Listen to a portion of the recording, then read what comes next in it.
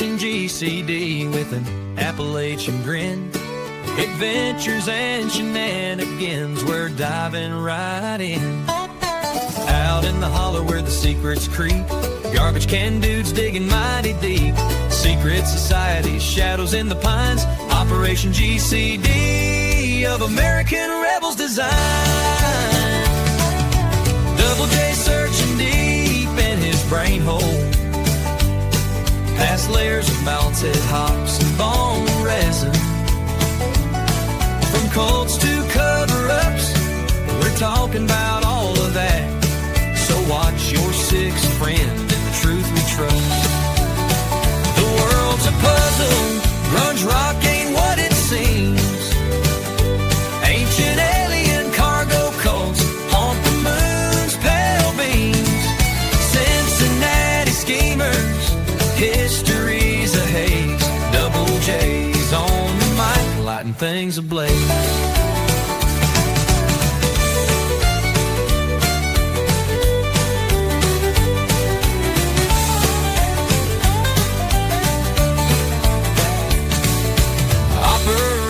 OpGCD with an Appalachian grin. Adventures and shenanigans, we're diving right in. Join us on the journey and enjoy the show. Thanks for joining us to get a little GC. And the world's a puzzle, grunge rock ain't what it seems. Ancient alien cargo cults haunt the moon's pale beam. Cincinnati schemers, history's a haze. Double J's on the mic, lighting things ablaze. Hell, the world's a puzzle, grunge rock ain't what it seems.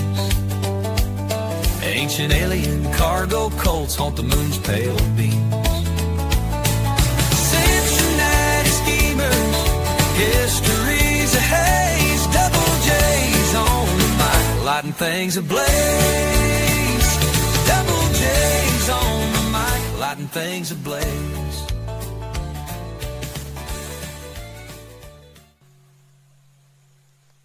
Boom!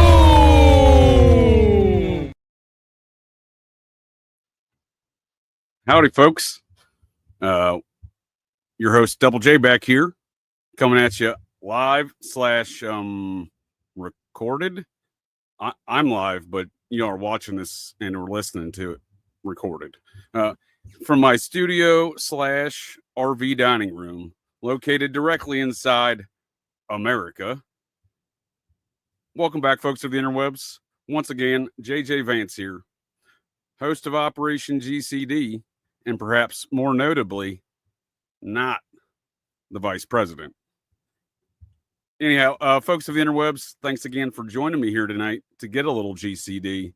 I will be your pilot and navigator for tonight's shenanigan-infused journey into the mind of this particular garbage can dude. And I'm not going to lie to you, folks of the interwebs. Got a real barn burner here on deck for y'all tonight. July 16th. I see y'all probably saw the marquee for tonight's show. That being Founding Father Assassinations and Other Society of the Cincinnati Conspiracies. And I was going to do this show. Well, on that note, stand by, folks, because that's what the marquee says. However, I was just joking. We're actually here on Corey Feldman's birthday, July 16th, to celebrate the life and catalog of art produced here by the Corey Feldman. From McDonald's commercials as an infant to the Gremlins to the Goonies. I mean, this man's done it all, folks. And today he's the lead singer of one of our greatest rock bands of our modern era. Perhaps you didn't know that. Let me introduce you to that.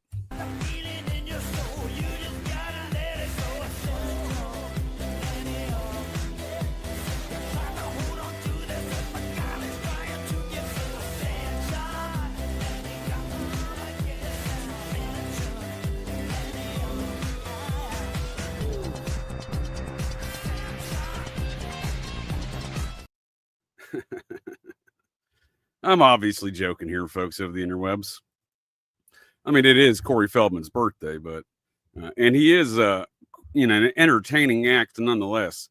I don't think it's quite the entertainment he's aiming for, but you don't need reality TV, folks. You just need Corey Feldman in your life, quite honestly. I learned that back in 2015 when I discovered this one day on the interwebs. Minor League Baseball team apologizes for Corey Feldman concert. Yeah. Apparently, Mr. Feldman here decided to launch that probably the fifth or sixth iteration of his rock career. Every time dancing and acting like Michael Jackson. I think Michael Jackson may have done a number on that young man when he was little.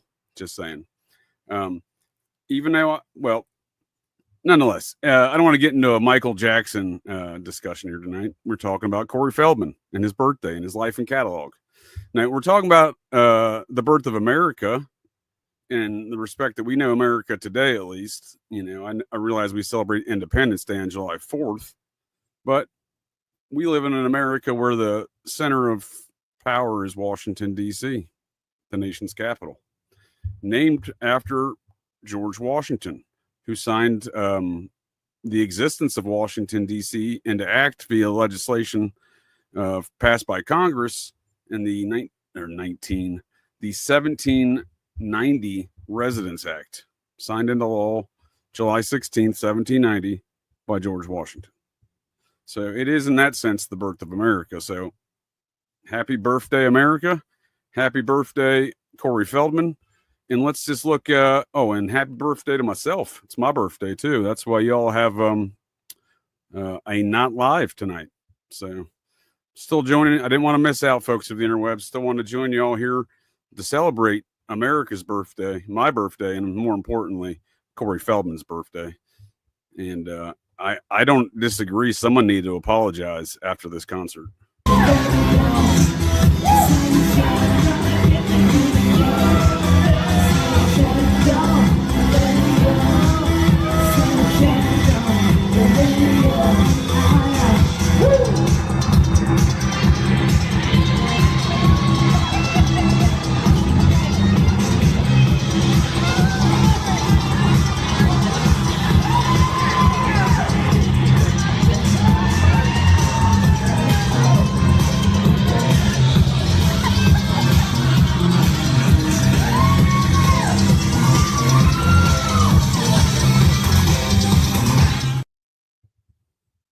What an electrifying performance by Corey Feldman and his Angels, right?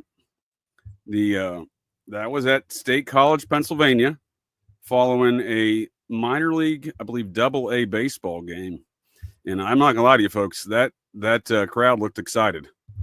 Anyhow, again, what we're really talking about here tonight, folks, founding father assassinations with J.J. Vance. I'm obviously not interviewing myself.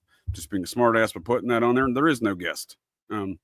Anyhow, but much like Cocaine Bob Evans, I wanted to see my name in the marquee. But that was always his goal in life. Always wanted to see his name in the marquee.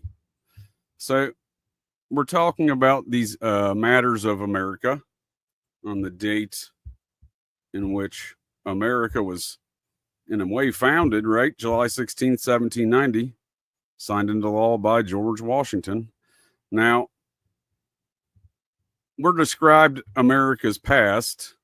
Well, hold on one second. We're going to go over July 16th, folks. The strange things on July 16th relative to America. The founding fathers who, they didn't die on July 16th, but we've had a number of founding fathers assassinated, not just Alexander Hamilton, right? Who was the president general of the Society of the Cincinnati at that time. And modern history says Aaron Burr, the society member who murdered him in 1804. They say, well, the historians are like, well, Burr tried to take over America in a coup, but that happened after that. And I think this is a good point. What I'm saying here is we're sold a kind of a Disney-fied fairy tale of American history.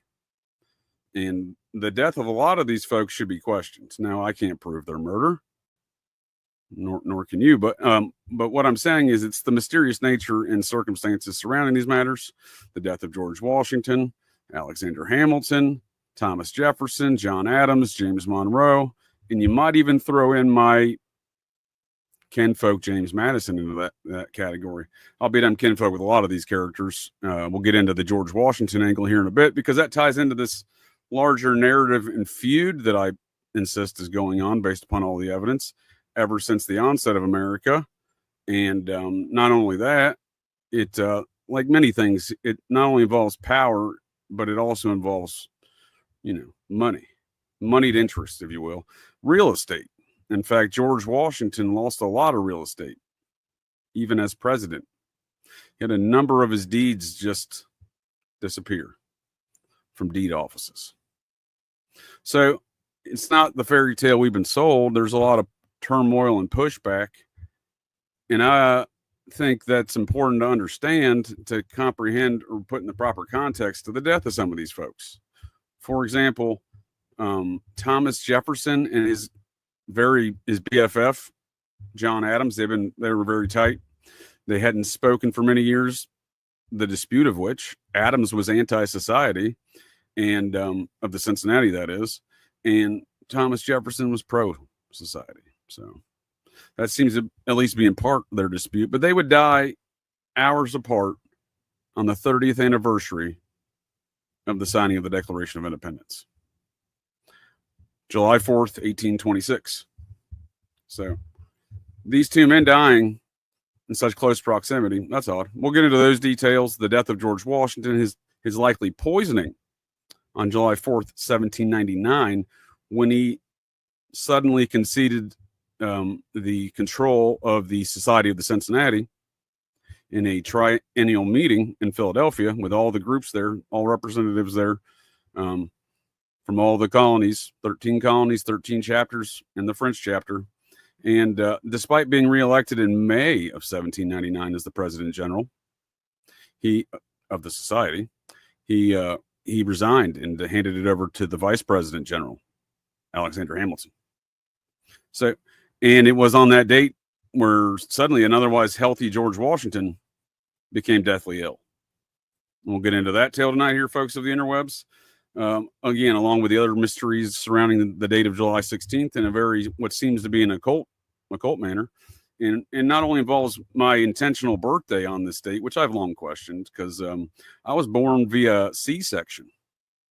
And the doctors I've spoken to don't seem to agree with the way I was born as far as being appropriate, because I was born with undeveloped lungs and had to live in the baby ICU for months. So from my understanding, that was a mistake on someone's part, pulling me out on July 16th. Or it was intentional because it has some sort of an occult ritual importance, right? Perhaps especially within my line of Clan Vance, because as it is, I'm a descendant of Abner Vance, a man by many accounts served as a spy and a scout for George Washington in the wars of 1776, and an enlisted man nonetheless. But the mystery surrounding Abner, I've covered a number of times here on Operation GCD. We're going into that further tonight because there's all these stories and legends and narratives around these things, and I've been trying to get down to the brass tacks of the matter and try to find out the travels, mapping where these folks lived, their activities in a chronological fashion. Because at some point in time, the known knowns, if you will, I like to quote Donald Rumsfeld in a time like this. As we know, there are known knowns. There are things we know. We also know there are known unknowns. That is to say, we know there are some things we do not know. But there are also unknown unknowns. The ones we don't know, we don't. I couldn't have said it better there, Donnie. So I have a lot of known knowns about Abner, a lot of known unknowns, and a lot of unknown unknowns. The known knowns that I don't know about yet that are unknown. So we'll go over some of that here because I've been tracking these things more. And while I can still articulate and describe many aspects I do know, there's a lot of things of those unknowns I don't know regarding Abner Vance, that is. So, because as it stands, DNA studies would exhibit saying that Abner's descendants are most closely related, because no one knows. There's so many tales of who his parents are, right? No one agree. There's a lot of disagreement on these matters, but DNA evidence would suggest that it was a man by the name of Matthew Vance and his wife Ann Jones Vance, who their descendants are most closely related to Abner Vance, right? But Abner is not their child. DNA, this is proven through DNA. So when I did some DNA investigations of my own DNA, some own tests, a lot of things came up, anomalous activity, things in kinship of the Washington family. So I would argue perhaps those folks within the Clan Vance DNA project are looking at it from the wrong perspective. Perhaps the reason why Abner Vance is most closely related to Matthew Vance and Ann Jones Vance's descendants is because it's a Jones connection. So Ann Jones Vance's father was a man by the name of Lane Jones. His sister, Lane's sister, Frances Jones, that's Martha's mother. So Ann and Martha are first cousins.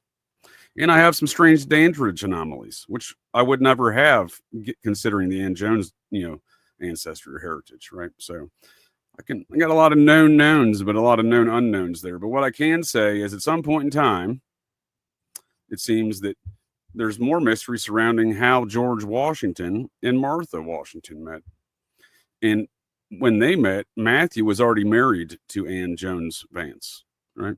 Martha's first cousin. So we'll get into some of that because I've been tracking some of that heritage, but and through the paperwork, through tax rolls, through land ownership, etc. So I think I'm coming to a better understanding of where those legends lie versus where the facts are, right? And on that note, I've been going through these same matters relative to society, relative to genealogy, relative to spies, relative to folks Abner knew in and around Rowan County, North Carolina, when George Washington visited his chief spy recruiter there, a man by the name of Captain Rickard. Abner Vance was also living there, according to Revolutionary War pension receipts, right? Following the paperwork, folks. So I'm building a narrative there where on the frontier of America, there's a lot of things going on because Daniel Boone's there also, and many other characters. And these same characters, Daniel Boone and folks, Lewis and Clark, other society folks of namesake, keep appearing around George Washington around these times, places like North Carolina and Pennsylvania. And the other thing that keeps coming up there is Clan Vance. And we'll get into that relative to the birth of America, because the first free city in America, Washington, Pennsylvania, founded by Abner's first cousin, Joseph Vance Sr. Joseph Vance Jr., that man's son, would move.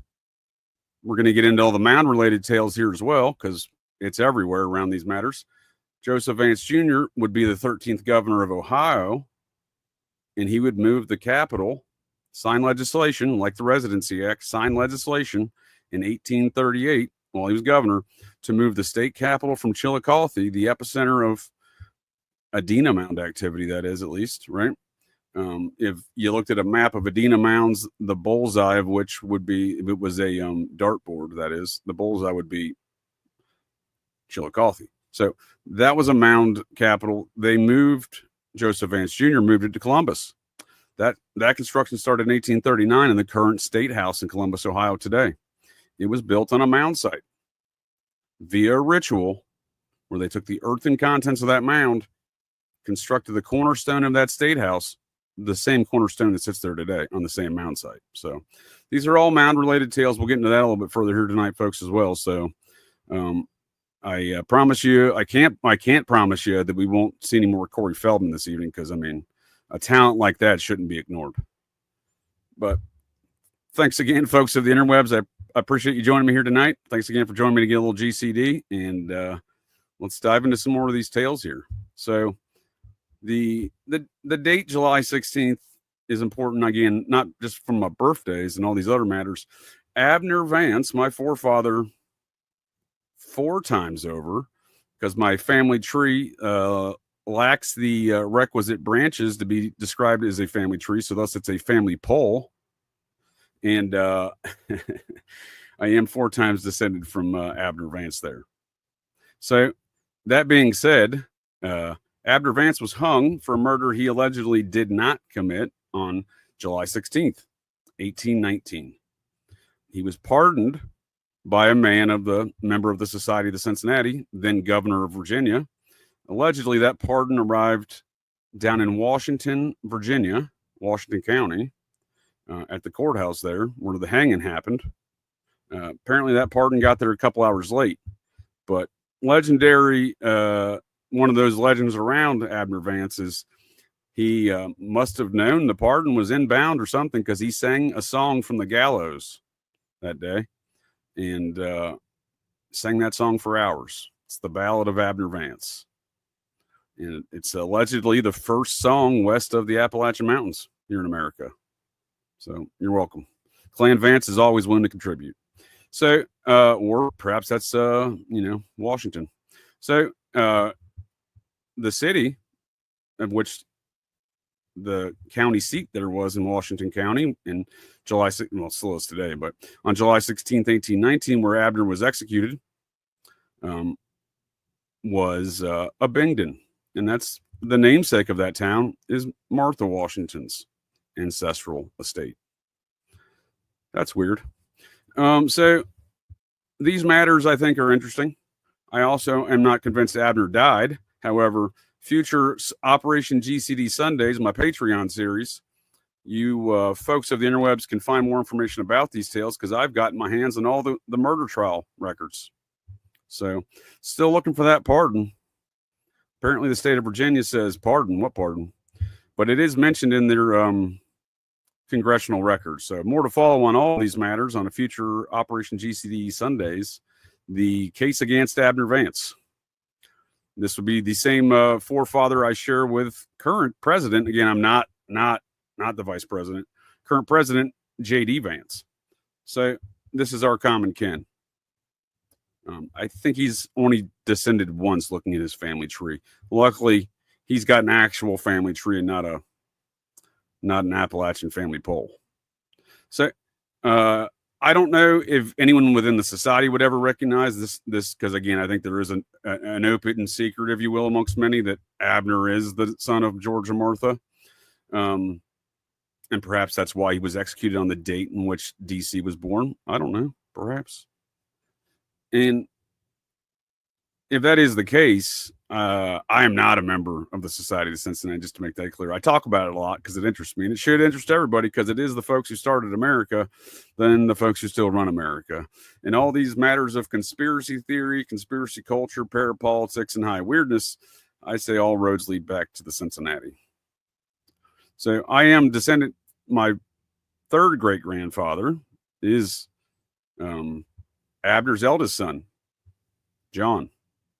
And John happened to, he was married. He had a number of kids, but it seems he happened to have a child out of wedlock with his 18-year-old or 19-year-old niece. Yeah. Vance, that is. His sister's daughter. Why not? So that's my second great-grandfather, Levi Jackson Vance, and the namesake for my son. So there's a lot of strange deaths in this paternal line of mine, including my great-grandfolks, who were first cousins Abner Vance. And they both died as very suspicious deaths 6 months apart in 1928, where the International Order of Oddfellows changed my grandfather Vance's birth certificate, made him 2 years younger, in which to institutionalize him in the Oddfellows orphanage, and then proceeded to take all the family's land. That's a common activity here in these matters we're speaking to tonight. The appropriation of land, the erasure, the deletion, the evaporation, the deeds, the land deeds that go the way of Houdini, poof, like George Washington's before and after he was president. So a lot of ins and outs, a lot of what have yous, right? But it is July 16th. It has an interesting number of events here in America, besides the birth of Corey Feldman. That might be the weirdest, but it's not the only. It's not the only. So let's take a quick review of those activities before we go any further on tonight's tales, folks. We see. Well, first of all, what is July 16th, right? We see it's on Wikipedia, the source of all information on the interwebs. we see it's the 197th day of the Gregorian calendar, right? The Gregorian calendar. So back in 1750, circa 1750, 1752, those old bastards over there in England changed the calendar here in the colonies of America, the future colonies, well, the colonies of the future America, right? And in doing so, in that act, they added 11 days to our current calendar, is 11 days more than what the calendar was in 1750 before then, right? And they also moved the start of the year back from March 25th to January 1st. As a result of these activities, what is July 16th? Because since 1750, it's been a different date, right? Since 1750, it's really been July 5th. Before that, in a different year. So George Washington was born on February 11th, 1731. But when 1750 came around and they changed the calendar, they added 11 days and moved the year back from March 25th to January 1st. Well, then suddenly George Washington's birth date was February 22nd, 1732. So, on that note, what is July 16th? But as we know, it's since 1750, and the dates we call July 16th in our current Gregorian calendar, right? We do have a number of odd events, right? From the Residence Act, the birth essentially of America, if you will, with the creation of Washington, D.C., right? We see some interesting wars go on, things of that nature, things such as that. I don't like that term, things of that nature. I can't believe I just said that. Apparently I need to smoke. American Revolutionary War, right? 1779, right? The Continental Army, Washington's folks, seized the fortified British Army position in a midnight bayonet attack at the Battle of Stony Point. This was a major turning point in the war, folks. This was a major turning point in the war. It just happened on July 16th, I guess. Total coincidence. So we see 1790, the District of Columbia is born, right? We see the American Civil War. At the order of Society member President Lincoln, Union troops began a 25-mile march into Virginia for what will become the first Battle of Bull Run, the first major land battle of the war. Right? Seems like an important date. They're launching it on that date, right? 1862, American Civil War. David Farragut. A lot of stuff in D.C. named after this man. Very prominent society member, right? Family, right? This is our first admiral in America, becoming the first officer in the United States Navy to hold an admiral rank, right? Again, he's also a hereditary member, right? These are society matters, right? So we go on into the next, or to the 19th or 20th century here. I feel like there's probably some other dates here. I'll have to go back further. Wikipedia is not always the source of all information on the interwebs, right? I'm obviously being facetious. So one of the things that I think we can recognize as an occult situation is homeboy reading the Oppenheimer, reading the Bhagavad Gita, reciting it as he's successfully detonating a plutonium-based nuclear weapon near Alamogordo in New Mexico on July 16th, 1945. Seems kind of occulty.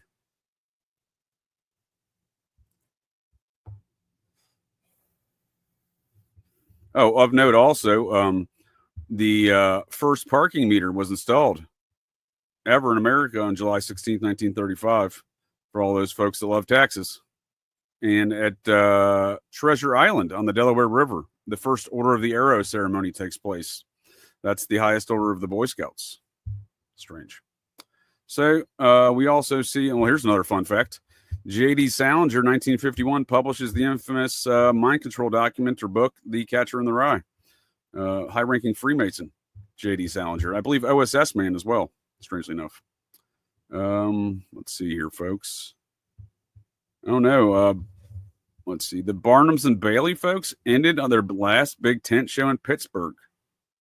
Due to changing economics, all subsequent circus shows will be held in arenas. July 16th, 1956. That's a fun fact. This one's extremely occulty. I don't pretend to understand these rituals, folks, but I think we can all agree the giant dick statues that the Nazi folks at NASA launch with the sex magic rocket fuel of Jack Parsons. Well, this is all very occult shit, right? All very occult shit. So the Apollo 11 lunar landing mission is launched from Cape Kennedy. That's the Apollo 11 launch that everyone watched, the whole world, especially America. July 16th, 1969, right? July 16th, 1971. We are all blessed and have the astute honor to welcome Corey Feldman into this world.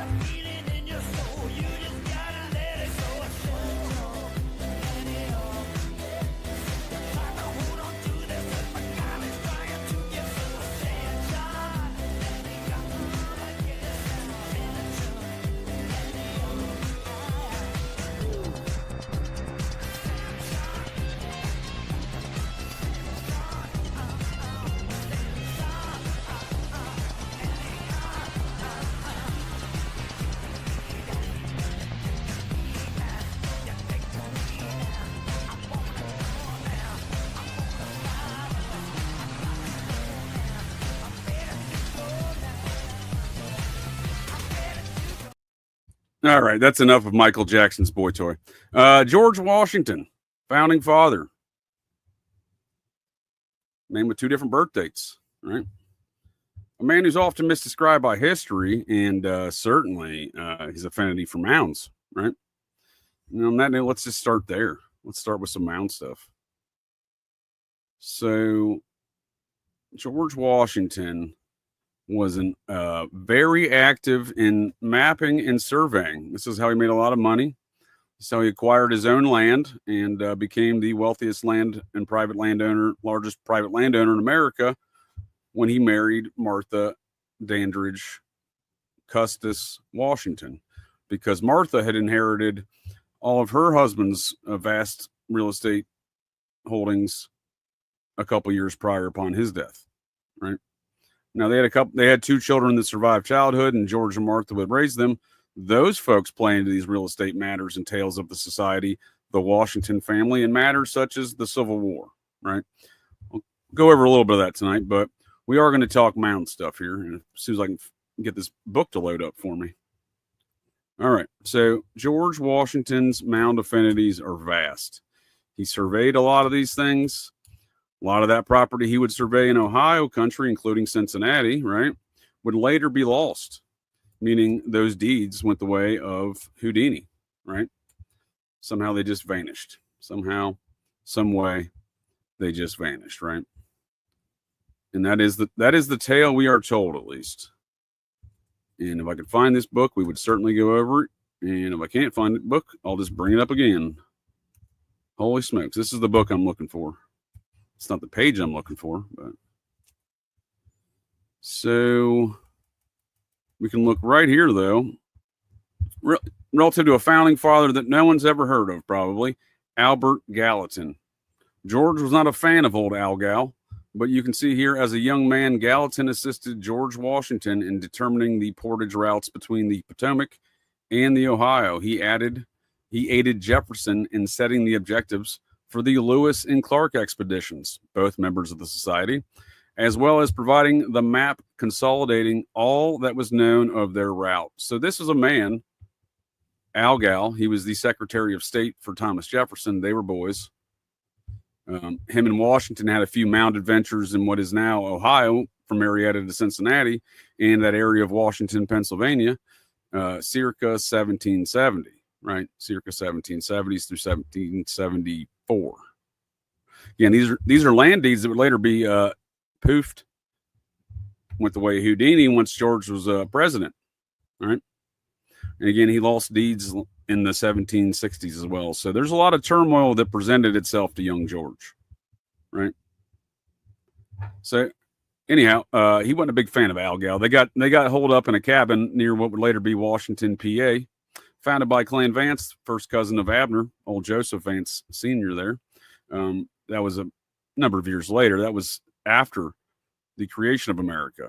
So America forms September 1783 via the Treaty of Paris. However, the Society of Cincinnati, the officers who fought the war to create America, the founding fathers included there, right?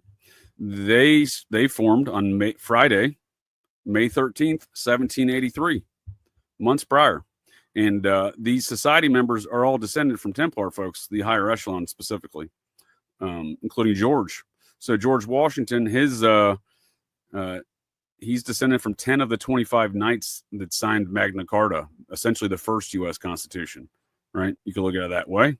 Modern historians call the U.S. Constitution the Magna Carta 2.0. And George Washington is descended from 10 of those 25 knights that signed that document and forced King John of Lackland to give their land back and their rights and their liberty, right? So isn't that odd? It seems to indicate a long-term family feud with these bloodlines, right? So I think the best way, or one way you could look at it, you can look at it a lot of ways, but one way you could look at it, the Society of Cincinnati is the modern-day Knights Templar, right? And I think that's probably the most accurate way to look at it. So we see all these mound interests, right? Again, Algal there, he was the expert, right? They'd already sent him around. I mean, he learned from folks before him, though, but nonetheless, these are things that get passed down within these groups, I think. But he was Jefferson's guy, America's Swiss founding father. That's a slightly different tale for a different day here, folks of the interwebs. We've been talking about a lot of these matters on my Chasing Meneer series, where we discussed the spy network of George Washington following around the Burr conspiracy, right? In the years preceding the actual activities, right? The actual attempted takeover of America after he murdered Aaron Burr, that is, Society of Cincinnati President General Alexander Hamilton, right? Founding father. Founding father's assassination, folks, not just Corey Feldman's birthday. But we see these ongoing patterns with these activities, the mounds, the property wars, real estate matters, etc. And with Algal here, he knew a lot of stuff. He had a lot of mound interests, and we often misdescribe these activities of Lewis and Clark because their missions, given the activities of their organization, the society, and their activities using this man's maps, they were obviously on some mound journeys, right? Some mound journeys that we don't know about still today. And again, these are matters of mounds that persist within these bloodlines and families and the Society, the Cincinnati. So this is the book we were just looking at, and we'll look at another reference with George's affinity for mounds here. Hidden Cities: The Discovery and Loss of Ancient North America. A lot of mound activity amongst the founding fathers described in here, not the least of which Algal there and George Washington. Let's see here. Let me bring this up for the page I was initially looking for at the onset here. I think it was page 100. That ain't it. Oh, come on, man. Gotta borrow this again. What are you doing to me, Internet Archive?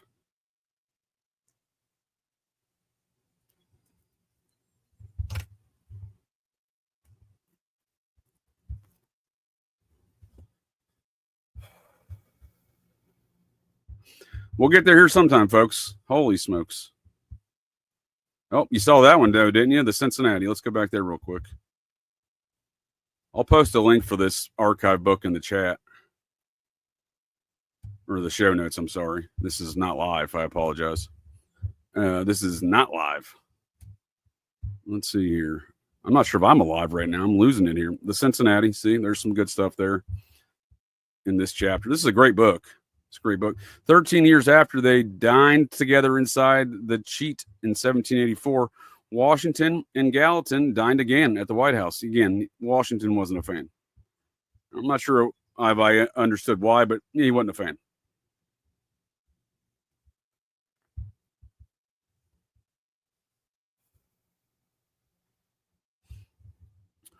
he definitely wanted to get out of that cabin he was holed up with Algal there on their mound adventures. Did not enjoy that experience, apparently. So here we go. Mounds at Mount Vernon, right? So Washington would inherit Mount Vernon in 1761. And he would later construct two of those large, I think they're 70-foot Adena-style mounds, right? The big conical bastards, like his favorite mound in Grave Creek, West Virginia, or the Grave Creek Mound in Moundsville, West Virginia. My apologies. Then Virginia, right? So, as described in that book and in George's journals, he builds two of these bastards at the gates of Mount Vernon when he inherits it. So that his inheritance is a big issue because his elder half brother Lawrence would leave him the land in 1752 when he passed, right? And he would also inherit Lawrence's position in the British Army. That's how George became a very high-ranking officer very quickly at the young age of 21 or 22, depending on which calendar you're using, right? Or 20 or 21. Yeah. So anyhow, George, big mound guy. Again, it's thanks to old George here that we have a lot of these maps in his society, that we have a lot of these maps and understanding these mounds before they were destroyed, right? And again, he was a land surveyor at a very young age. So his brother Lawrence was married to Anne Fairfax, the daughter of the governor Fairfax dude, right? Lord Fairfax fellow, right? So he, George was ingrained within the politics at a young age and got assigned as a surveyor at the age of 16. He graduated Washington. I always get these damn universities in Fredericksburg, Virginia mixed up. Washington and Lee University is one of the, or William and Mary University there in Fredericksburg, Virginia is where he attended at the age of 16. That's where he grew up, Fredericksburg, Virginia. So into these matters of getting down to the brass tacks of Clan Vance and how he intersects there with Martha, with the Martha's family and the Washingtons there.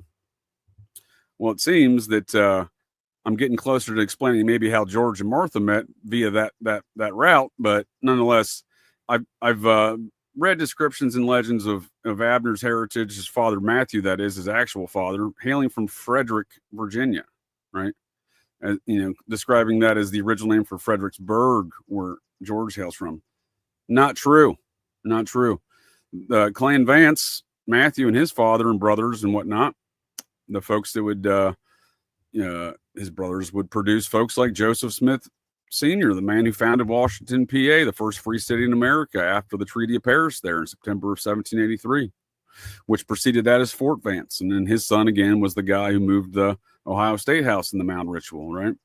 We would also see Abner's, being a surveyor himself, much like the rest of these individuals in Clan Vance there, the Josephs, David Vance, disregard Matthew's elder brother Samuel Vance, who would produce David Vance, his son, a colonel in the wars of 1776, and the delegate to the state of North Carolina to form it as a state in 1789, Abner's first cousin.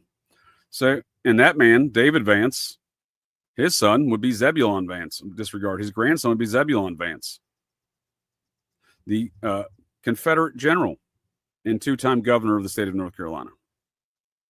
So there's a lot of things that go around Abner's immediate Vance kinfolk there, but again, DNA evidence would suggest he's not a Vance. Nonetheless, going through all the paperwork and trying to plot how these folks even know each other, because that's a mystery, folks. Not only we describe these fairy tales of our founding fathers and their deaths, very questionable, we're described matters such as we don't even know how these two met. There's no historical, there's a few claims, nothing documented on how George met Martha. That's weird, right? How do we not know where our founding father of America met the first lady of America? That's strange, right? So by that point in time, they get married in 1759, which is interesting timing, January 6, 1759. They're married, and Abner's born the next year. Strange. Nonetheless, we see that in 1750, George is living out in Winchester, Virginia, where the Vances are living. right? Matthew and his brothers and their dad, and they've acquired a lot of land when they landed there in Winchester, Virginia, circa 1740. So those boys became land surveyors. That's probably where Abner became a land surveyor, right? So, and George in 1748 finds himself in Winchester, Virginia, at the age of 17, because he had that job as being the surveyor for the Virginia governor there, Lord Fairfax, his brother's father-in-law, right? And again, these matters are matters of family feuds, I do believe, and the disputes over land, and that permeates throughout all these circumstances. But in getting closer to finding out how these folks met, I'll get back to that in a minute, because I want to address all these assassinations, right? Not just George here. So George dies, we're told. We hear these fairy tales. He had a cold and they were doing bloodletting and all yada yada yada. Well, by that point in time, he was trying anything he could, because on July 4th, an otherwise healthy man, according to all of his journals and activities and whatnot, preceding this date, July 4th, 1799, an otherwise healthy man would suddenly become deathly ill. Deathly ill, right? And there's a lot misdescribed about old George. Became deathly ill on his ride back to Mount Vernon from Philadelphia, where he handed over the reins of the Society of Cincinnati to Alexander Hamilton.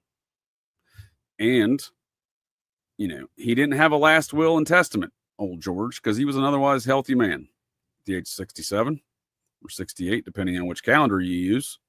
And as a result of that, that's the first thing he did when he got back to Mount Vernon. So by the time he's doing bloodletting months later, he's dead 5 months later in December, right?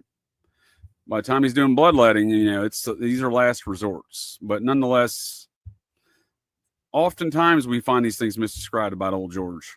For example, he predicted our current conundrums of politics and society, our American society, not the Society of Cincinnati, back in 1796. He stated in a farewell address, however, political parties may now and then answer popular ends. They are likely in the course of time and things to become potent engines by which cunning, ambitious, and unprincipled men will be enabled to subvert the power of the people and to usurp for themselves the reins of government, destroying afterwards the very engines which have lifted them to unjust dominion. So if that doesn't describe our current political affairs in American society today, folks, predicted by George Washington in September of 1796, I don't know what does. So, like I said, he was re-elected, President General of the Society, May 8th, 1799. Alexander Hamilton, elected Vice President. However, it was on July 4th, somewhere I had it here. That ain't it. You are going to have to stand by, folks, because I've lost my next tab I was going for. So, but on July 4th, he gives the address there in Philadelphia, July 4th, to concede the President General to then Vice President of the Society, Alexander Hamilton, right? So, July 16th, 1799, George Washington, boom.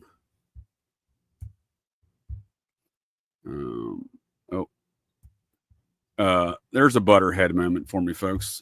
July 4th, 1799. Boom. July 4th, 1799. What is this thing doing to me here? Well, here we go.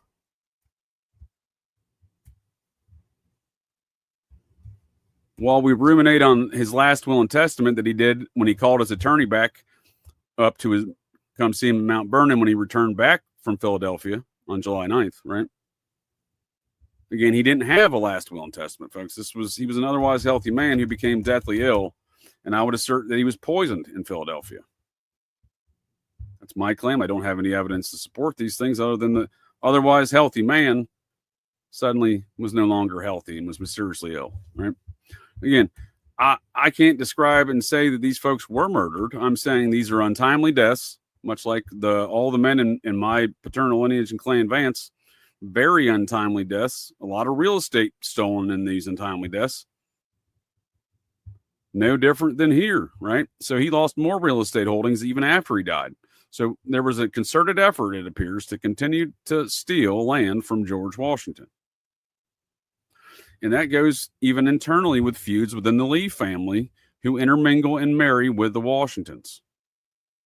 And therein lies the real estate disputes around the Civil War, as George Washington's adopted son, the grandson of Martha, biologically from her first marriage, a man by the name of George Washington Parke Custis, raised by George and Martha, because his father died in the wars of 1776 fighting alongside George Washington. Martha's biological son, that is, again. Battle of Yorktown, he died, right? So that's near Martha's ancestral homeland, there, her estate, the Abingdon estate, and the White House plantation that was inherited to her by her deceased husband, Daniel Parke Custis. So again, this is how George, and when he marries Martha in 1759, becomes the overwhelming private landowner in America, in the colonies. That would not have gone. We were told, it's hard for me to believe that even in the respect of the manner in which we're described history, that George Washington was never charged with treason by the King of England, right? I find that ridiculous. There's no way all of the founding fathers wouldn't have been declared treasonous, in some form or fashion, in some record by the King. We're not told these things today because I think we live under a crown history, the Vatican crown and the English crown, and the way they want to describe history to us here in their colonies. Still, it's their colonies. It's our America. It's their colonies. That's what this whole matter is about. These disputes within the society, I think one faction since the beginning have sided with those European foreign interests, if you will. The other, I call those the anti-liberty faction versus the liberty faction. You can see this exemplified in matters such as the death and murder of Alexander Hamilton, right? So that's the next founding father that gets assassinated after George Washington. Again, he's the president general, right? And we're grossly misdescribed this event. And on July 12th, 1804, I wonder if they missed the date on that one. Maybe he didn't show up for an earlier July 4th duel. Who knows? Anyhow, murked. Just saying. A lot of murders in these founding fathers, folks, that we, it's not that we are necessarily can't recognize this today. I'm just pointing out that we're sold a false bill of goods on these matters, right? And as a result of that, we don't understand where we're at today because we don't understand American history, right? So the next two founding fathers to get murked, same day, hours apart, BFFs for years, right? Since the Continental Congress days, right? Before America, right? At the early onset of America, right? Before 1776, right? The first Continental Congress was September of 1774. So, and and Thomas Jefferson and John Adams became friends. And they were friends for 30 years. Past that, right? Well, as this describes here, the deaths of these two men, right? The deaths of Adams and Jefferson, hours apart. The Jefferson Monticello website from his estate there, hours apart on the same day, July 4th, 1826, 30 years after the Declaration of Independence to the day, right? It says they first met, let's see here, in 1776, they worked together on the committee to draft the Declaration of Independence, right? So, again, they had a dispute for many years over the matters of the society and who backed whom, because, again, Adams was anti-society, and I would argue he was part of that anti-liberty movement, too, here in America, but that's a slightly different tale altogether, because back then, he was the vice president, right? But back then, the person who got second in the election of president, meaning when George ran for president and Adams lost, that's how you get him as a vice president. It's, we have a slightly different style here today, don't we, folks? Slightly different style. So, I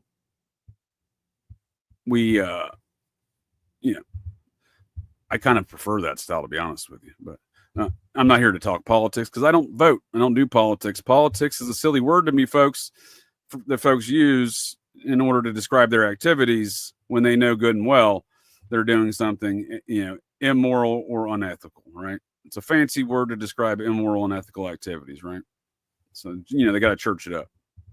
So we see that long-term friendship. They didn't talk for many years. They reconnected, and then for 15 years, they're tied again. The last 15 years of their life, and then they die after 15 years of resumed friendship on July 4th, 1826. Jefferson and Adams died within hours of each other. Their deaths occurred, perhaps appropriately, on the 15th anniversary of the signing of the Declaration of Independence. Well, that's weird, folks of the interwebs. That's weird. Then we see James Monroe, the next founding father to seemingly get murked, especially on July 4th, that is. July 4th, 1831. Again, this is an old man. Maybe he died of old age. I'm just saying someone can help that along, especially if they don't want to do it on July 4th, right? But we see him and his buddy. There's mystery surrounding his death. All of these, I don't want to get into all the details necessarily tonight, folks. So tune in for a future Operation GCD for some greater details, perhaps, on the deaths of these men, because they're all very mysterious. They're all mired in mystery. So James Monroe famously was very good friends, BFFs, with Thomas Jefferson's protege, James Madison. So my fourth great-grandmother, Madison, is James Madison's first cousin. She is the daughter of Colonel John Madison, James Madison's uncle. So a lot of stuff in my family tree that got me down these paths in the first place, but nonetheless, these are matters pertinent to America, but understanding how America started, how it's been operating, and what the fuck is going on around here these days, folks. Because quite honestly, I think a lot of these folks within the society have lost the plot line, so to speak. So we see the Monroe myths in James Monroe's last words, right? And they're describing something about him not ever being able to see, there are variations of him not being able to see his buddy James Madison again now, right? So James Madison dies. They missed him by a few days too. June 28th, 1836. Again, old man, maybe dying of old age. Obviously, he's living a long time for that era. I'm just saying, it's easy to murk an old man, isn't it? I'm just saying a lot of these guys seemingly met early demises. These guys lived a bit longer, but what I find questionable is the lack of understanding of how these folks died in these alleged statements. So when you start shit coating with mystery, then I have to ask, was this even how he died then? Is that why you shit coat in the first place? Why can't you just have an official narrative that makes sense and has facts to back it up? And time again, it doesn't happen again. George Washington, he's just some crazy old man who got a cold and then was doing bloodletting because he's a moron with wooden teeth. And I assure you, folks, I couldn't be further from the truth. The man had a PhD level education in math at the age of 16. I see folks today at the age of 50 plus who can't, work in cash registers and stuff like that, even at stores and gas stations and whatnot. I get it. Maybe they're not the brightest folks. Who knows? Nonetheless, I'm not here to judge that. I'm saying these folks can't do math. I've literally seen people bring out their cell phones. I'm like, do you have a machine that does math? It's called a cash register. And they're plugging away on their cell phones to do math. I'm like, what is going on in life? Nonetheless, founding father assassinations, folks, and Corey Feldman's birthday. It's exciting times.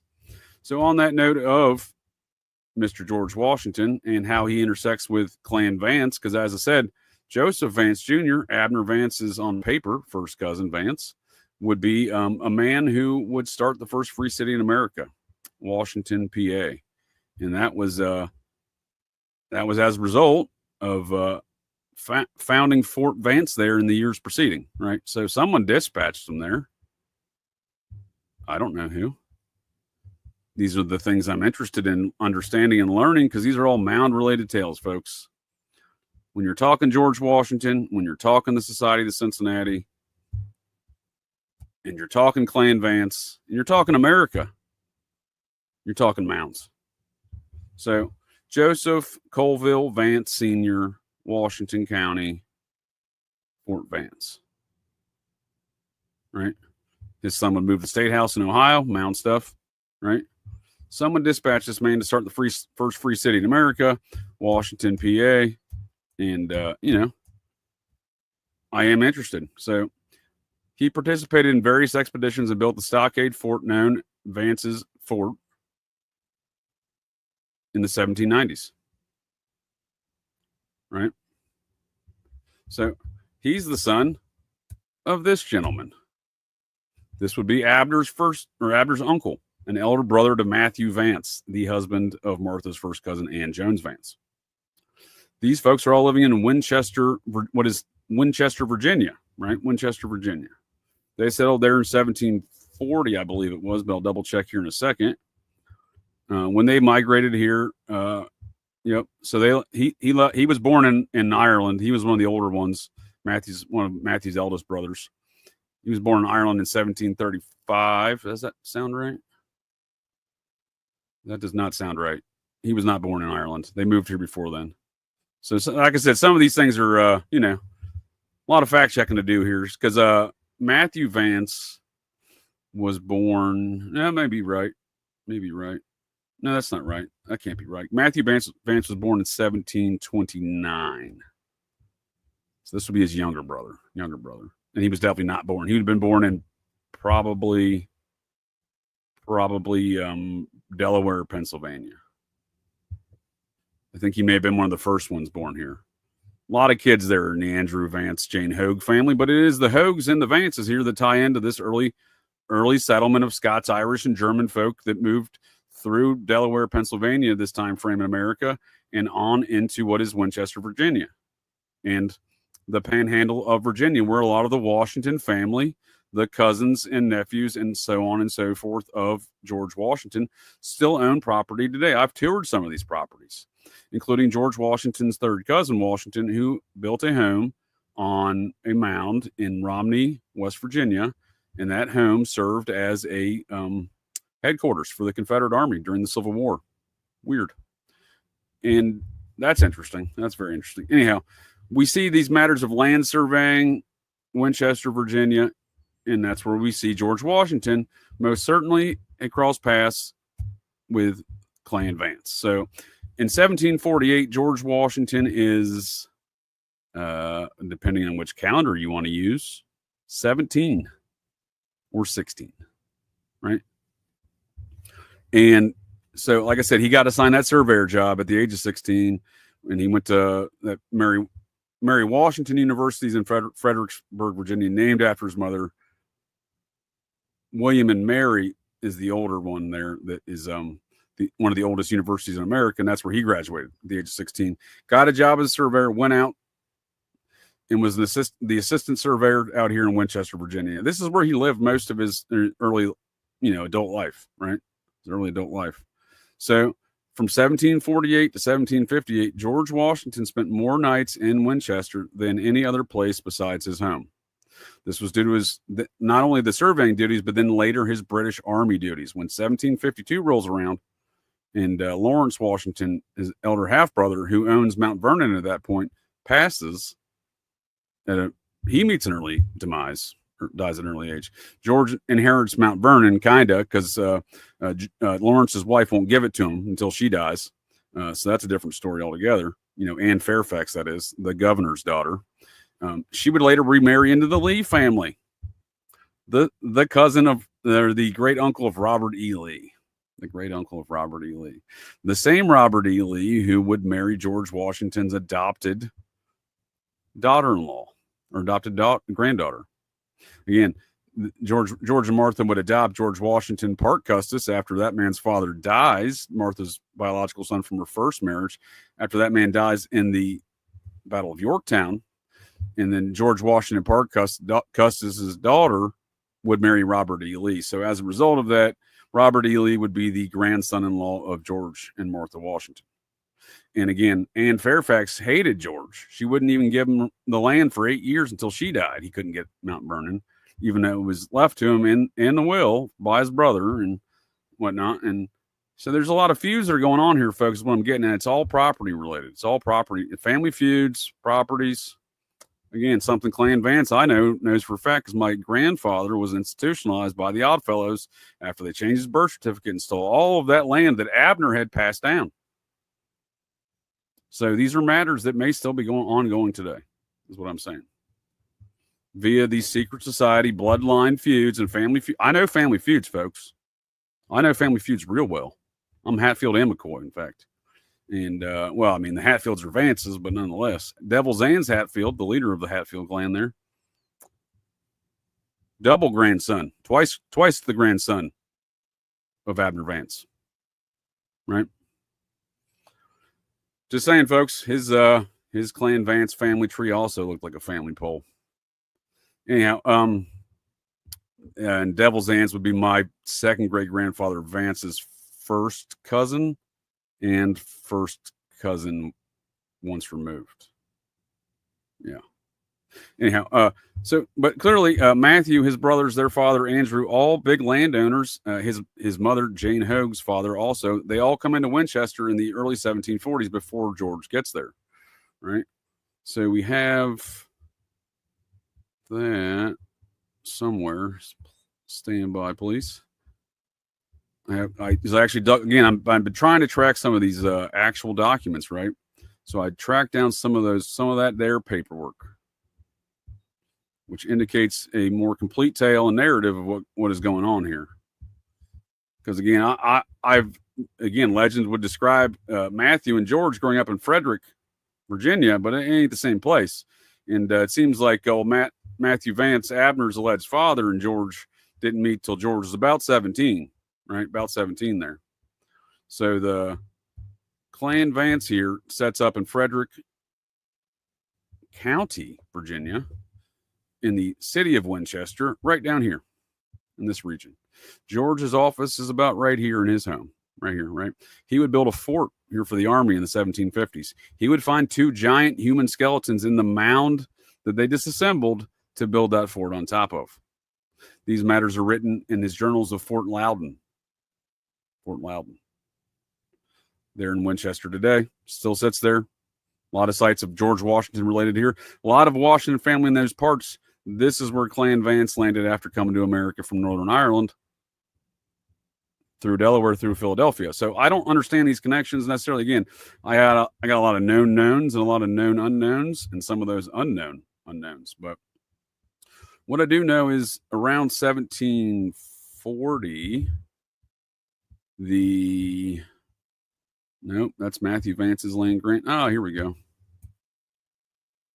Andrew Vance, the father of these characters, William Vance, Matthew Vance, Samuel Vance, the men that would bring us other characters. Again, Joseph Vance Jr., the son of William, David, the man who was the delegate to form the state of North Carolina in 1789, the son of Samuel Vance. All of these men served as officers in the society on those wings. I don't believe Matthew did. He did serve. He seems to have, there's limits. So Matthew and Abner enlist on the same day in Pittsylvania County, Virginia, in April of 1777. And we see Matthew Vance's land grant right here, living in Pittsylvania County, right? 1771, right? 400 acres, yada, yada, yada, right? And then, but, lo and behold, folks, like many things in this tale, the records around Matthew Vance's service and Abner's gone. Poof. They went the way of Houdini. So I don't know if Matthew was an officer in the Revolution, thus a member of the society, but his brothers were. And their descendants, Zebulon Vance, the Confederate general, descendant of David, the guy who founded, Abner's first cousin, the guy who founded the state of North Carolina. And then, again, Abner's other first cousin, Joseph Vance Sr., founded the first free city in America, Washington, PA. Also, his son would then move that state house in a mound ritual in Ohio. The very first mound ritual state house, starting in Ohio, going all the way through to 1838, I believe it is, in Jefferson Territory, now Jefferson County, Colorado, where the man who was a teenage carpenter on the first mound state house in Chillicothe, Ohio, in 1804. He would become the territorial governor, build his home, which served as the state house when Colorado became a state, on a mound. So, and he was there for the first Mound State House in 1804 as a carpenter. So what these would be more mound tales in the future, folks. But all these mound tales, again, revolve around the society, George Washington, and matters relative to Clan Vance with Joseph Vance Sr. and Joseph Vance Jr., because that Fort Vance built on a mound. But we see Andrew Vance here. He is, in fact, a large landowner of property there in the Winchester, along with his sons, because the sons become land surveyors, much like Abner is a land surveyor, right? And we see Andrew Vance of Frederick, 18 January 1749. So this is when they first get their large piece of property, but his father-in-law, they were living on property there already from his father-in-law gave to him, right? And his father-in-law owned property around that Presbyterian church, right? So this is clearly George is the assistant surveyor out here, right? For the colony of Virginia. This is clearly where they intersect with the surveying boys of Clan Vance in the land acquisitions, right? Land acquisitions, including, again, land acquisitions that would continue with before the war with Matthew Vance and 400 acres down in Pennsylvania County, right? So now it goes back to the fact that in 1749, right, George is a single man. He's a young man, 17. Martha has not even married her first husband. In 1750, she marries Daniel Parke Custis, right?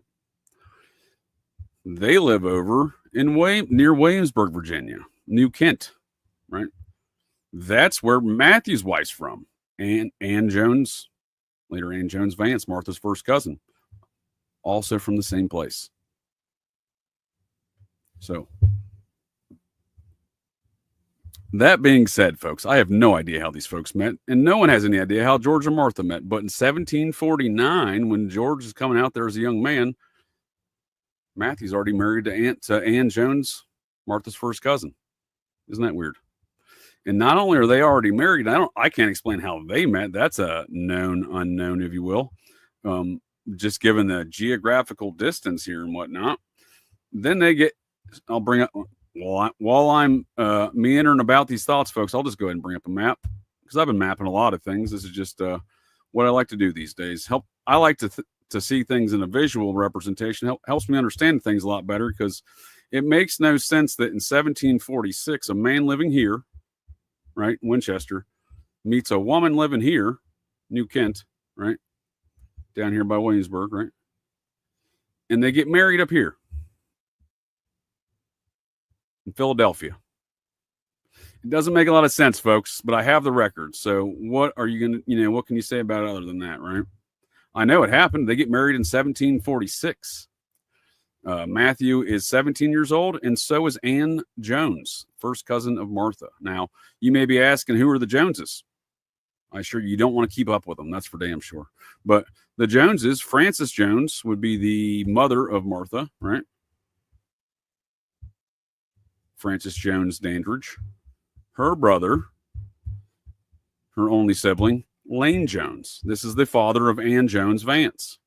Their father, Francis and Lane, was the minister or man of the cloth or what have you at Bruton Parish Rectory in Williamsburg, Virginia. They started the Joneses there, the Jones men, they started Bruton Parish Rectory, I believe it was 1684. And so on and so forth, passing down the man of the cloth there at the rectory. That Bruton Parish would serve as the planning headquarters for the Virginia founding fathers and their machinations of the wars of 1776. So that's the Joneses. But I can track these folks. He's born there in New Kent. They're all born in New Kent. All of these folks, Lane Jones and his sister and their children, right? And both of Martha's marriages happened there in New Kent, just down the street from their home, their estate at St. Peter's Church. She marries Daniel Custis here, who's from that area, right? He's a local, in 1750. Then she marries George in January 6, 1759, also here.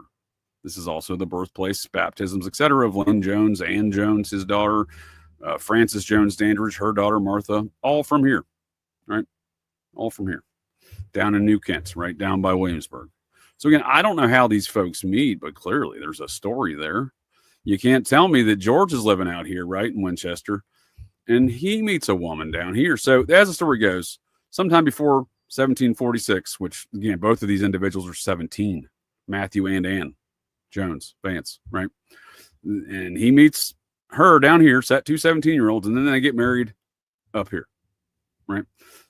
And then that's 1746. 13 years later, somehow, some way, no one knows, George, who is now 27, right? 27 or 28, depending on which calendar you're using, meets a 27 or 28-year-old Martha down here, and then they get married up here. Well, I'm sorry, disregard. Then they get married down here. But the idea of where they met is confusing to me, and the idea of where Ann Jones and Matthew Vance meet, and then they get married in Philadelphia. Lord of mercy, folks, I have no idea. But again, following the paper trail, this is the activities of what we're describing. So you'll see the birth of William Lane Jones here, Williamsburg, James City, yada, yada, yada. Again, of the Bruton Parish Joneses. Now, we see right here, Reverend Roland Jones, Bruton Parish. We see his children, right? Lane, he says, right, this is from the genealogical Virginia families from the William and Mary College, there where George graduated in Fredericksburg. From a record written in the hand and on paper of last century and found pasted between the leaves of the family registry in the Henley Bible, we obtain the following, which is an exact copy of the original. A memorandum taking of the ages of M. Lane Jones's children. That would be, he's sometimes listed as William or Lane with an I, but that's William Lane Jones, Ann Jones's father. So we see his second daughter is Ann Jones, born September 24th, 1729. She's 2 months younger than Matthew. So we see her misdescribed in all family trees and all other genealogical records, right? That's a handwritten, recited, That's what folks did. They put their family trees in their Bibles. That is the record right there, folks. But we see her misdescribed. We see her described as Sarah Ann Jones. We see her described as marrying other folks. When we know the record is she married Matthew Jones in 1746 in Philadelphia.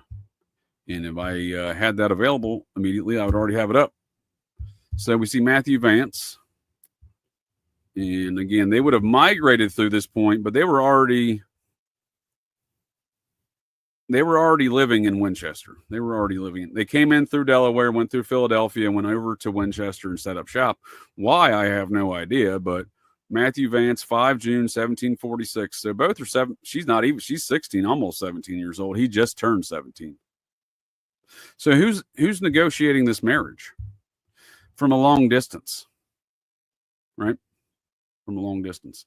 Again, Clan Vance has some interesting lineage. So Matthew Vance's, let's see, grandfather, his grandfather would have died in the Jacobite Wars. He was a doctor, Lancelot Vance, or Vance. Vans is the Scottish spelling. And then so Matthew Vance's, his grandfather, his great-grandfather was a Sir John Vance, the first Vance in Ireland, Northern Ireland there, from Scotland. And then that man's father was the diplomat and friend of King James of England, in Scotland, the King James Bible, of King James Bible infamy. That man, a Sir Patrick Vans, was the man who negotiated the marriage between Queen Anne of Denmark and King James, and is described in the Scottish nursery rhyme or ballad or children's ballad, The Legend of Patrick Spens. That's so I don't know who negotiated these things. Clan Vance obviously has some interesting lineage, and then that goes back to the Knights Templar and the Normans and et cetera, so on and so forth. But somebody negotiated. There's machinations, I think, behind this. So when I'm saying that later, maybe someone that George met when he was about 17, right, who was already married to Martha's cousin at that point in 1748, when George got out to Winchester, right? Well, perhaps this is how he met Martha. Because clearly when he's dispatching Joseph Vance Jr. to start the first free city in America years later would indicate a stronger relationship with Clan Vance and George. And it all centers around Winchester, Virginia, according to all the land records. Land records that George would lose in the 1760s, some of them out there. Some of those deeds went poof, right? And again, those aren't the deeds even in Ohio and Cincinnati that went poof when he was president. So a lot to be said about these real estate transactions and, feuding, bloodlines and whatnot. But I think I'm getting closer to finding out how, in fact, if indeed Abner is the biological son of George and Martha Washington, well, perhaps I'm getting closer to how precisely that went down, right?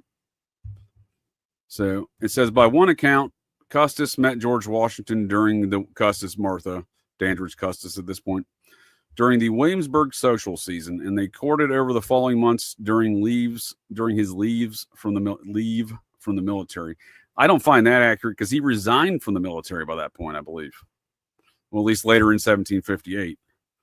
When they both, and then it says, by another, they were introduced by Colonel Chamberlain, a mutual acquaintance, when they both stayed the night at his home in May of 1758. I don't know. I don't think either one of those are accurate.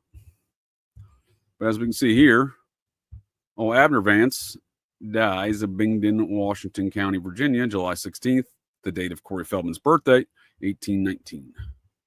Now, George grew up here. Again, he wouldn't go out to Winchester till years later, but he lived there from the years of about age 17, 16, depending on the calendar, to age 26 or 27. So these were the time periods he obviously associated and was living there and around the Clan Vance that seemingly demonstrates the times that they got linked in. Now, were they linked in for other purposes? Who knows? Because why is Matthew Vance, a 17-year-old, being shipped to Philadelphia to marry Anne Jones, the granddaughter of the minister of Bruton Parish, where the war is literally going to be plotted out? So you can just paint that as far as where their allegiances lie within Bruton Parish, right?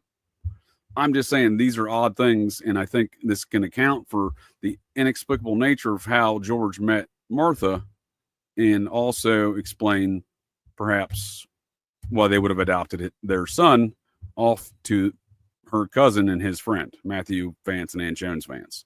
Because that seems to be what happened. It seems like they get married in 1759. George becomes the largest landowner in America, in the colonies that is, by virtue of his own holdings and the ones that he inherited via marriage through Martha's inheritance from her first husband, right? The Custises. So that's interesting because that would make him a very big number one enemy for the king. And then on top of that, you have the matters of which he resigns from the military. Again, he inherits in 1752.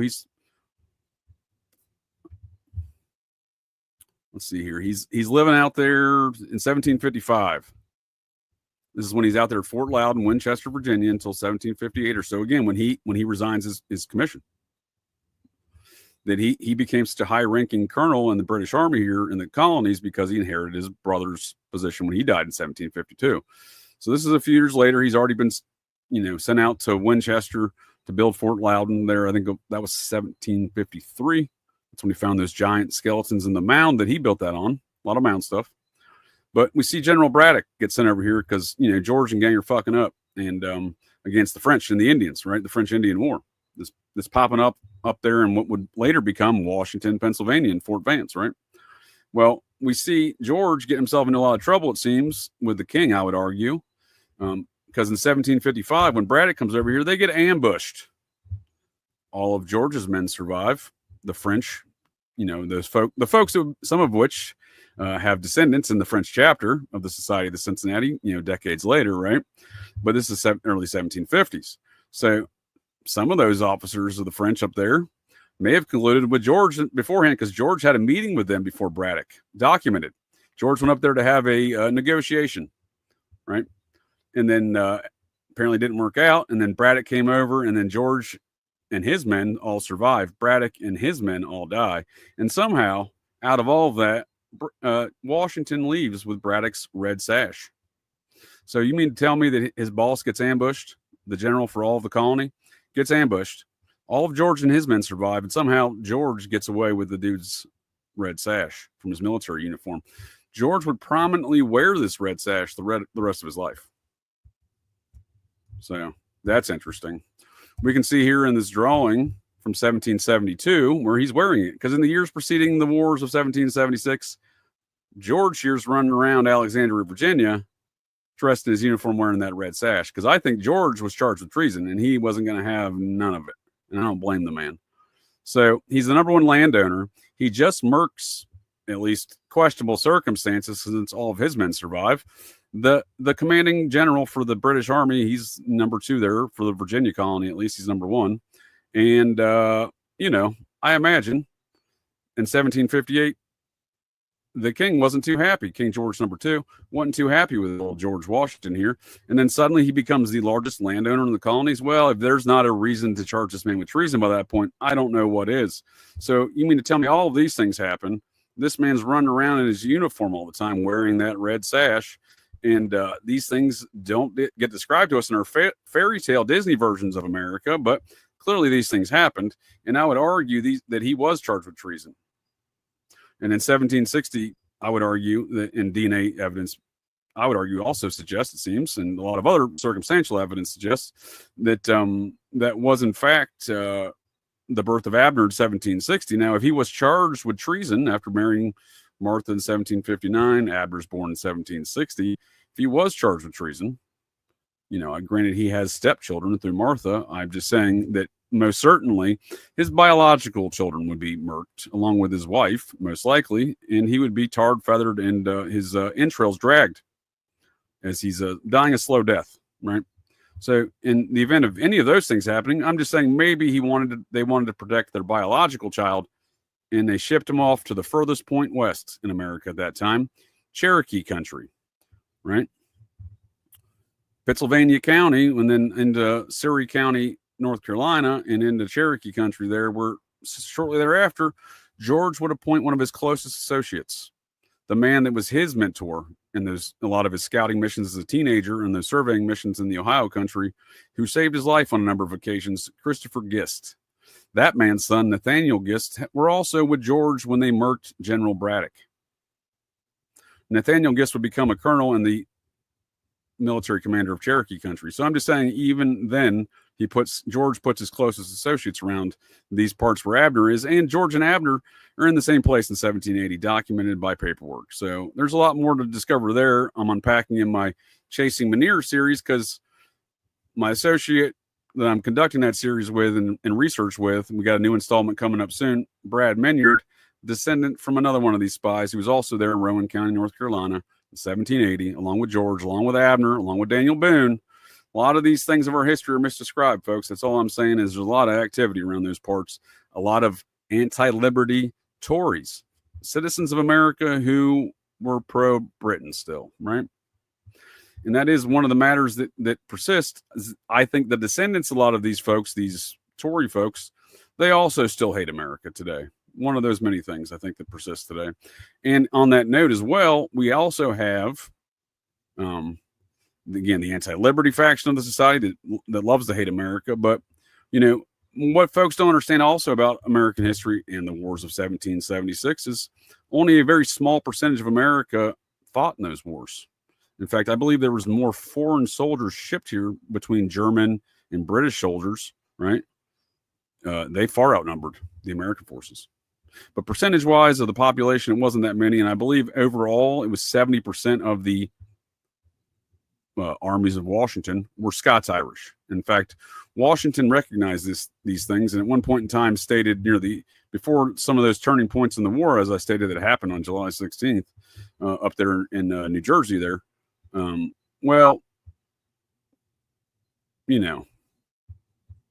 It seems, perhaps, that George had a great affinity for these folks, because he stated if he was going to lose this war, he's going to go back to Virginia and take a stronghold with his Scots-Irish kinfolk. So when I say these connections to the Vance are strong, they are strong. It's not just Joseph Vance, the North Carolina delegates, and the other Vance men that are members of the society there, Abner's uncles, that is. There is a strong connection there. And again, it's not just Ann Jones and Martha, first cousins. It's not just Bruton Parish. So when we're looking at a lot of these matters of all these strange deaths and so on and so forth, and how history is indeed misdescribed, right? It is indeed misdescribed. The legends of Abner Vance have often been misdescribed. So that goes on with a lot of these tales, matters relative to the society. Washington's Merkin founding fathers, and in fact, the ending of bloodlines in the society. So I do think there are concerted efforts within these feuds, within these bloodlines, within these real estate feuds and property disputes, right? Within these matters, that they want to end the bloodline hereditary membership into the society, the modern day Knights Templar. So and I think we see that on more than one occasion just within the Washington family, So George's younger brother, Charles, same mother. Lawrence had a different mother. Charles, same mother, same father, right? Augustine Washington and Mary Ball Washington, right? Stand by. Well, before I go to that point, let me just make this point here real quick. So on the point of these folks who hated America then and their descendants probably hate it now, let's look at a man who started a coup against George, his Surgeon General during the war, and founding father, Benjamin Rush, right? He started a coup against George, right? George was actually a pretty reasonable man because he didn't execute the guy. Now, that man, his direct paternal descendant, Stockton Rush III, that jackass who went to go see the Titanic in a tin can, as we're told. And if you just look at his commie remarks, this dude's a Marxist, and he's happy to tell you about it, right? So that's what I'm saying. If they hated America then, Benjamin Rush, and with the coup of George and whatnot he tried, and his descendant clearly hates America. Well, I mean, I think that's the stuff I'm talking about here, folks. In another instant to point out the fairness and objectivity of George, because he's often misdescribed as being a tyrant. He also didn't execute another man who attempted a coup of the First Continental Congress. He ensured he stepped in to stop that. Not that he had the sole authority to forego that execution. He stopped in. He put his name on the line to stop these matters. So again, the man is often misdescribed by our modern day history, perhaps not just his mound stuff, obviously, but other matters, right? Other matters to the man.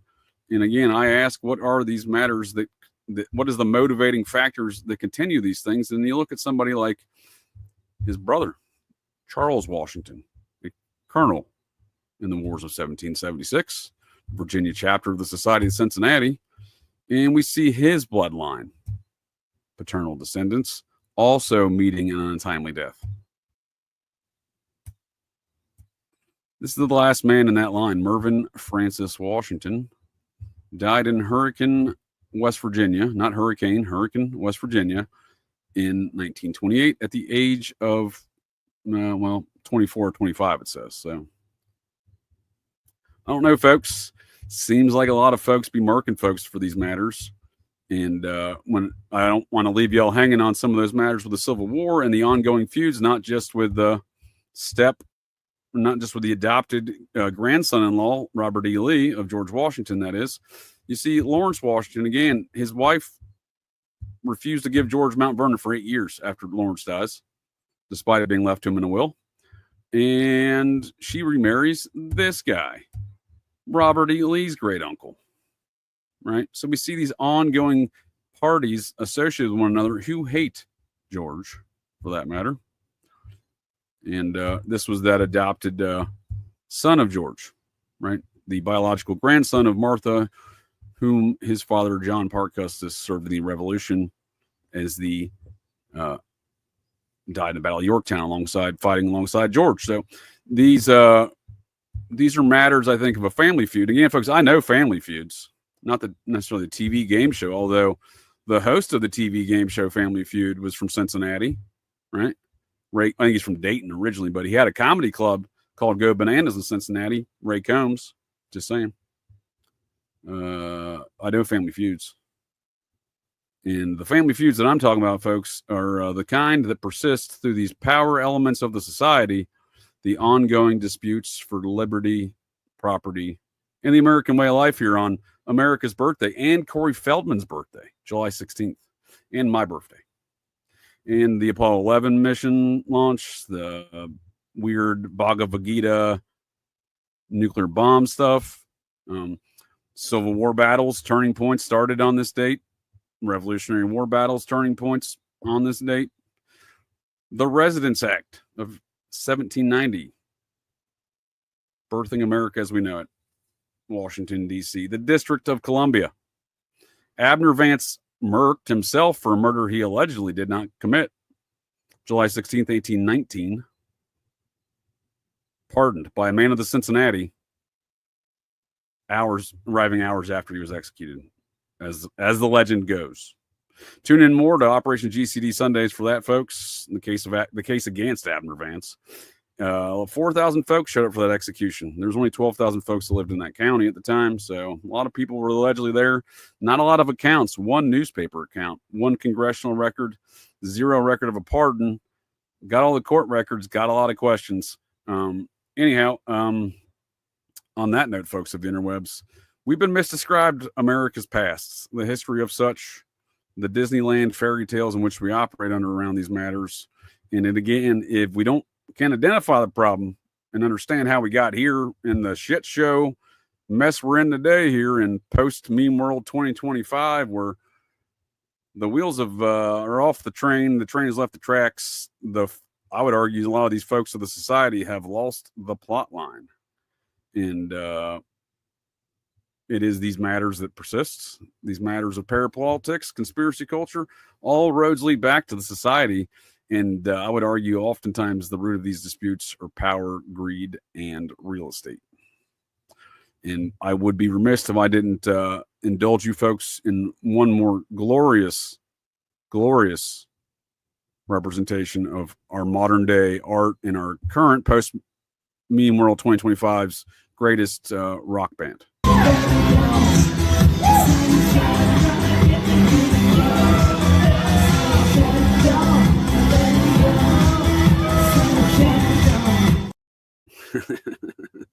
And on that note, folks of the interwebs, Ascension Millennium. I mean, thanks again for joining me to get a little GCD, and I will catch you next time. Well, that's it. That's the show here, folks. So the next time you're out on the town, visiting your local watering holes, or perhaps just meandering around, and you hear the unmistakable sounds of metal clanking, and you spot signs of a disturbance, well, check your six. Look in that garbage can, 'cause you never can tell. The GCDs may be loose in your town.